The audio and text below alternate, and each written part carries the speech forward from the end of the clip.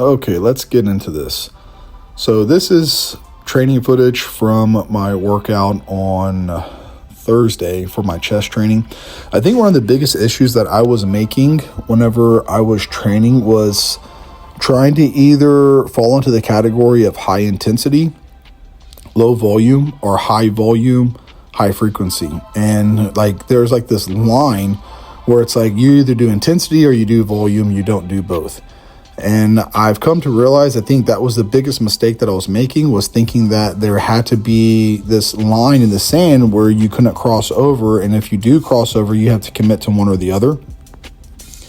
I think that was a big reason what was holding back my progress in the gym, to be honest. And once I came to the conclusion that it's not about intensity, it's not about volume, it's about a blend of the two that you require for your stimulus. If you lean more towards the high volume, okay. You lean more towards the high intensity, okay.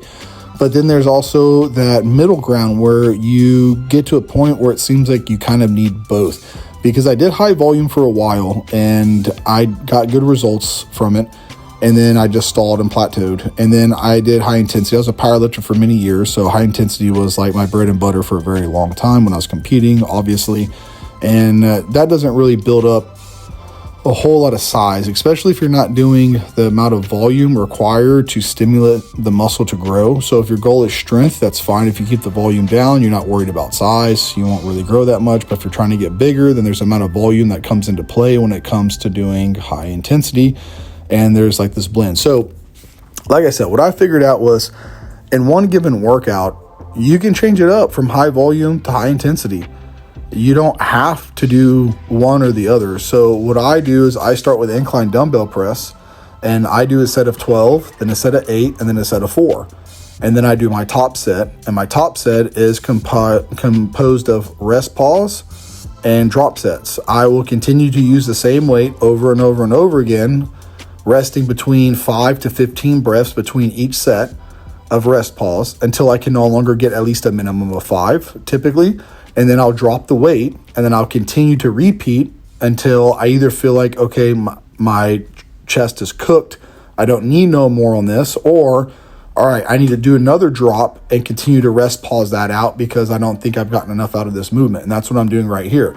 I just did my first drop after doing 3 rest pause down to the 45s. And I don't think there's a specific number. I don't think it's oh, well, I did the 60s last week, so I have to do the 65. Some weeks you're going to need more. Some weeks you're going to need less. For instance, if you have a week that you come in and you do rest pause on every single movement you do, that's a lot of intensity. Next week you come in, you may not be able to handle that same intensity. So what do you have to do? You probably have to drop the intensity. Maybe pick one exercise to do rest pause on, or don't do rest pause on anything and just do volume on everything. Get 15 to 20 reps with everything you do. Or pick one movement, you do low reps of 4 to 6 reps warming up, then you do one high intensity set, and then the rest you go to volume. So next week when you come in, if you want to do 2 high intensity movements like rest pause, drop set, something like that, then you could pick 2 exercises to do it on. If you feel good enough, you could do that. And then the next week, if you could do 3 exercises, then 4 exercises, there might be a week that comes in that you might have to back off and do no high intensity training. Excuse me. So what I found is if I do a high intensity on 2 movements and then I do volume on the other 2 movements, I can continuously repeat that every single week and push. So on incline dumbbell press, I do the high intensity with the rest pause and the drop sets. Then I move to flat dumbbell press and I just do sets of 15, or at least I attempt to do sets of 15 for 4 sets total of 15 reps. And this right here is a good balance for me as far as it goes for intensity with volume.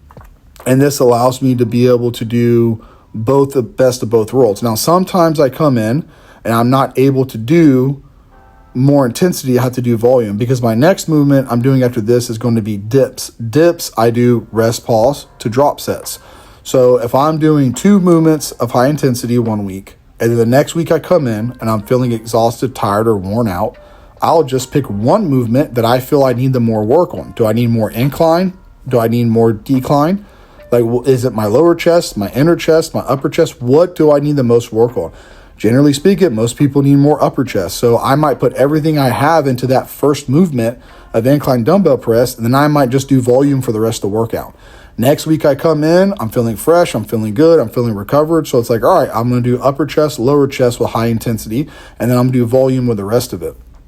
My training for my chest is way different than it used to be because I don't like doing a lot of flat anymore because of I tore my pec in a powerlifting meet, so I had surgery on it. So my pec's not what it used to be. So I've changed my training approach to where I do one flat movement, whether it's dumbbell press or it's cable crossovers or dumbbell flies or pec deck. And the rest of my time training, it's all upper lower. So low cable crossovers, high cable crossovers, incline dumbbell press, incline dumbbell flies, something along the sorts of that, working on upper and lower chest, trying to avoid the middle where I tore my pec originally. So this night right here in particular, I'm doing rest pause on the dips to drop sets.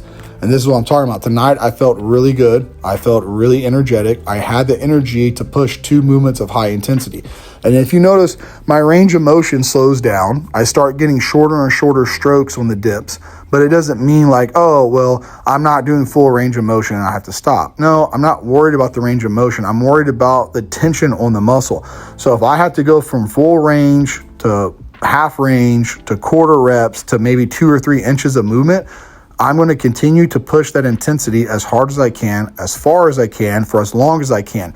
And then as far as it goes for the rest periods on breathing, I might start off with doing 15 breaths, and then I might go down to 12 breaths, and then 10 breaths, and then 8, and then 6, and then 3, 3, 3, 3.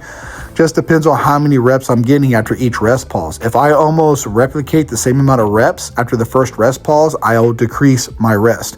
If I realize, okay, like I cut my reps by less than half, I'll increase my breath to a little bit more. So I dictate how long I rest by how many reps I get on that second movement of my rest pause, because ultimately you do want to see about half. So if you do like 20, then you want to see it cut to 10, and then you want to see that 10 cut to 5. And then after you hit 5 as a minimum, it's like, that's it. You either got to stop that or you drop the weight and then continue to push for more reps. And that's what I have found to give me the absolute most results. And by doing this, I have been putting on a lot of mass. Okay, so I had an off season for a couple of months and I bulked from like 225, 230 up to 252. Now I'm coming back down on my weight loss. So now I'm on a cut. This is week 10 of my cut, and I've lost 18 pounds during these last 10 weeks. And I have held on to more muscle mass, and I have preserved more muscle size, and I'm not burning as much muscle tissue up. And I feel like, honestly, I'm putting on muscle mass while on this cut. And this is the first time in my life I can sit here and say I'm actually gaining muscle while on a cut. But my diet is way different than it's ever been before, and I'll go over that in another video as far as it goes, what I'm doing for diet and cardio, because I am doing cardio and I am dieting, obviously, but that's going to be I'll talk about that in another video and kind of get more into depth and detail on that. So I like to finish with stretching movements on my chest. So I like to do pressing first, and then I like to do nice stretch, hard contraction. I actually did 4 sets of 12 to 15 on these. I'm only putting in the very first set that I did for both of them because it's not very exciting to really watch someone work out, let alone doing dumbbell flies and cable crossovers. But like I was saying, I do feel like this is probably the most effective way of training for myself that I have found, where it's a blend of high volume, high intensity, moderate volume, moderate intensity, and you make adjustments as the week goes. Like, it's not just like doing all of one and none of the other. Like, you determine as far as it goes week to week, what do I need more of this week? Do I need more volume? If that's the case, you need rest from intensity. If you're rested from the volume, then you push the intensity, and that's a nice little blend. So right here, I'm 235 pounds that morning. I was 235 pounds this morning, and I am way leaner now than I've ever been at 235 pounds. Now look, I know I'm still a fat tub of shit, and I know I'm far from being lean enough to compete. I can't even see my abs yet, but At this body weight, this is the absolute leanest I have been, and this is the most muscle mass I have held at this body weight for how lean I am. And I'm actually really impressed with the way that my results are going. Now, I'm pale, I haven't been tanning, winter's coming up, and the lights are bright in the gym, so clearly like my stuff's not popping like it should be, but I might start working on possibly getting a tan or changing up some of the lighting. But I think this is a better angle here. You can see a little bit of movement in my stomach, and then you can kind of see how lean my midsection's getting. Still bulky and still thick, need to bring it down dramatically, but this is just to give an idea of a reference of where I'm at 235. And this is, like I said, by far the leanest I have ever been at this weight. So I feel like my bulk was successful. The cut at the beginning of the year was successful, and I'm going to try to push this through to the end of the year, and hopefully I get to where I want to be with what I'm looking for my results before I go on another bulk. But every bulk I do and every cut I do, I'm getting better and better and better and closer to my goal. So I'm just going to keep on driving through, and I'm going to keep you guys updated and try to do more of these videos weekly. But that's it for this. Thanks for watching.